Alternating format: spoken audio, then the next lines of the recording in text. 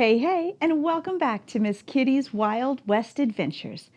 Did you know the United States and Great Britain nearly went to war in 1859? Over a pig? Huh? Yep, you heard that right, a pig. While it sounds like the setup for a joke, this story very nearly turned deadly serious.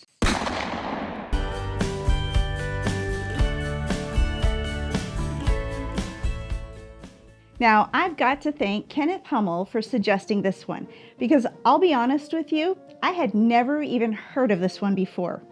Thank you for bringing it up. Boy, what a story it is. It all started on San Juan Island, up in the Pacific Northwest, a beautiful little patch of land caught between what was then U.S. territory and British Canada.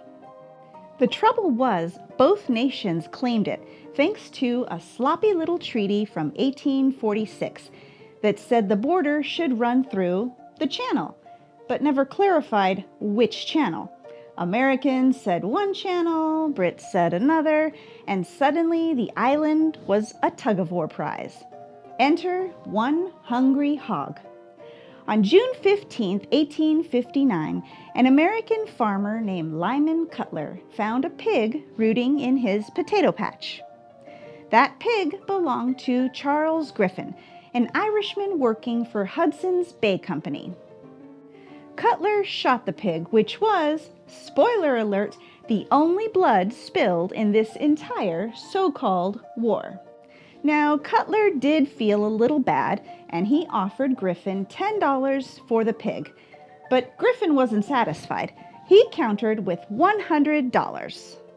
That was the equivalent of a small fortune back then.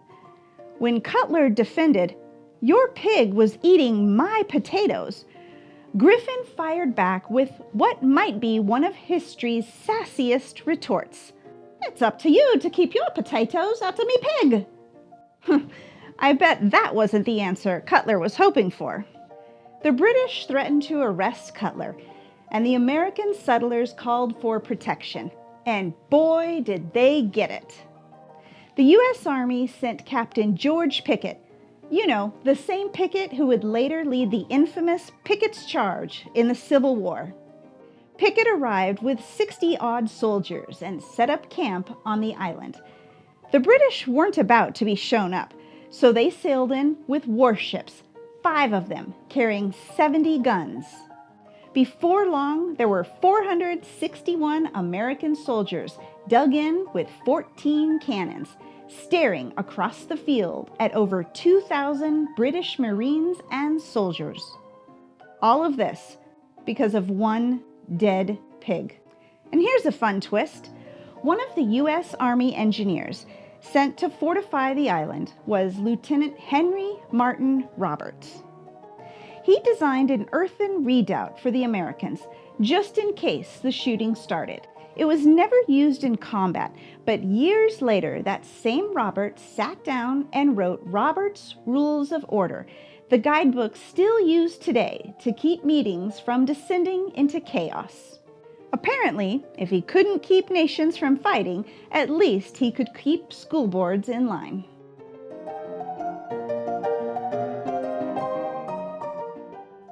Now, it all could have turned ugly right there, but cooler heads stepped in. British Rear Admiral Robert Baines refused to escalate, saying he wouldn't be one to involve 2 great nations in a war over a squabble about a pig. And thank goodness for that. Instead of fighting, the 2 sides agreed to a joint occupation. The Americans kept a camp at the south end of the island. The British set up shop on the north end. And here's the funny thing.